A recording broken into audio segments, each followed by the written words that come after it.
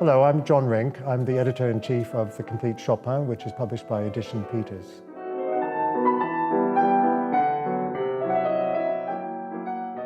I think it's very important in any edition these days to have a text that you can believe in, something that you can trust. But it's also very important that you have an edition that you can play from and that you relate to naturally as a musician. And what our Chopin edition has tried to do is to kill two birds with one stone, if you like. It's based on the most advanced research possible with a marvelous team working on this project, but it's very much intended for the users. We have 4 series editors at the helm of the Complete Chopin edition: Jim Sampson, Jean-Jacques Christophe Grabowski, and myself.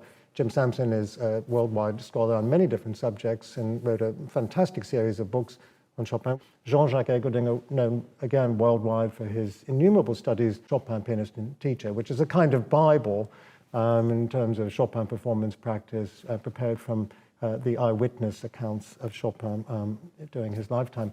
Christophe Grabowski, an international expert on the Chopin sources, and then myself as editor-in-chief with a range of different interests, including sources, performance practice analysis, and so forth. We as a team work very closely together, and we've had a number of other volume editors, such as Roy Howitt, John Irving, David Rowland, and so forth, all working in this project to achieve the closest possible version of Chopin's music on the printed page. Chopin's imagination never really ceased. It wasn't as if he composed a piece, finished it off, and that was that. Every time he engaged with the music, it was different somehow. And this manifests itself in interesting ways. We have, in some cases, multiple manuscripts of his music with important differences between them. We have differences between the first editions that were published in a number of countries. Chopin published in multiple versions to protect his income. So we have multiple versions and multiple differences, therefore, between them. The main concept is the choice of a best source that most reflects Chopin's intentions, a faithful reproduction of that text in a no-text context, and then the inclusion of variants so that we can show Chopin's imagination at work and allow users themselves to compare different versions and possibly even to combine them in performance.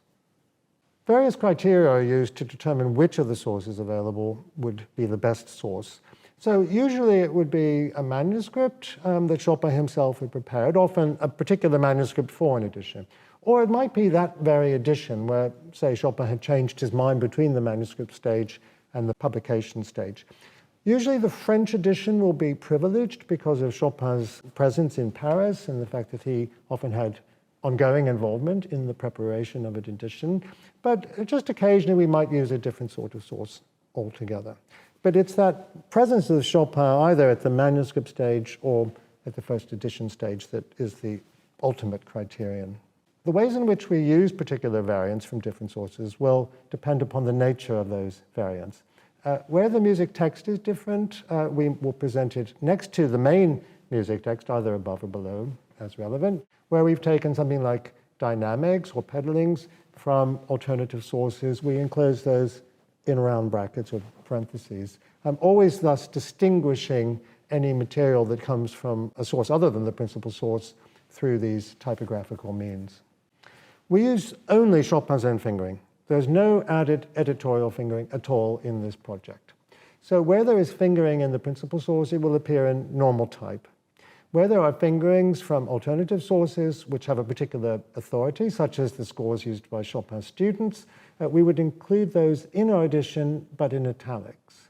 We've got to be very careful in doing this because, of course, some teachers put in fingerings in their students' scores to make things difficult sometimes or for a particular student's need. So we don't just borrow in a wholesale manner all fingerings from all student copies. We make informed choices, but we produce a version of the music with Chopin's own fingerings, whether in the normal type or in italics, and people can then use them as they wish.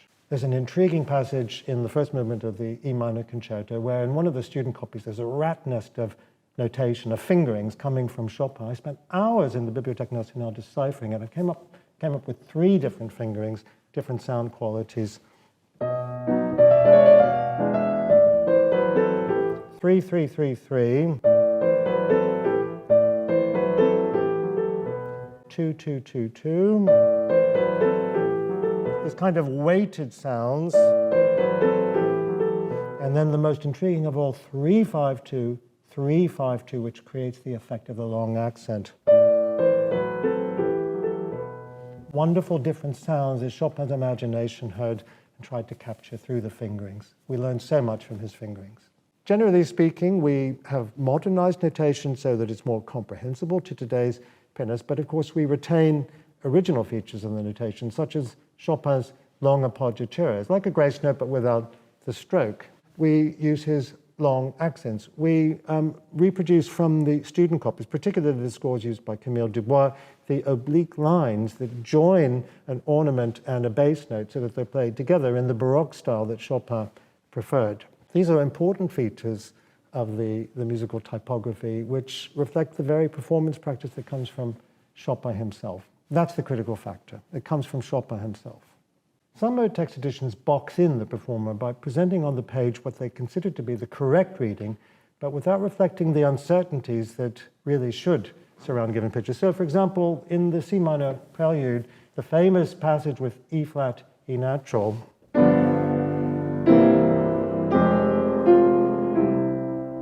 or